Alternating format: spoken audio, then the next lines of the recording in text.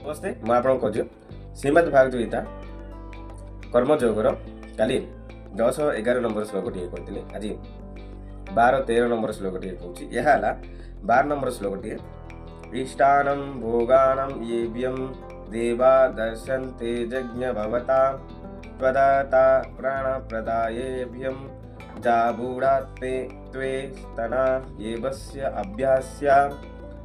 यार अर्थ है यज्ञ द्वारा सर्वविदित देवता माने तमको बिना प्रार्थना रे वांछित भोग निश्चय प्रदान करी चलिबे।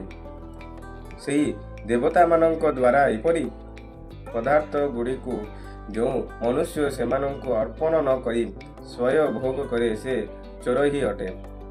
आपरे श्लोक है 13 नंबर यज्ञे शिष्टा स्वनम संते मुच्यते सर्वकल्प विश्वे भुजते त्वात्वगं पाप्यजे प्रचंतात्म कारणता।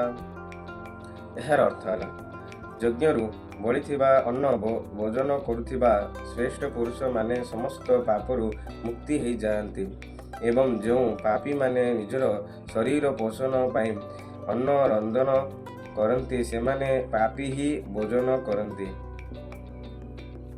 आज श्लोक पुणी थे काली।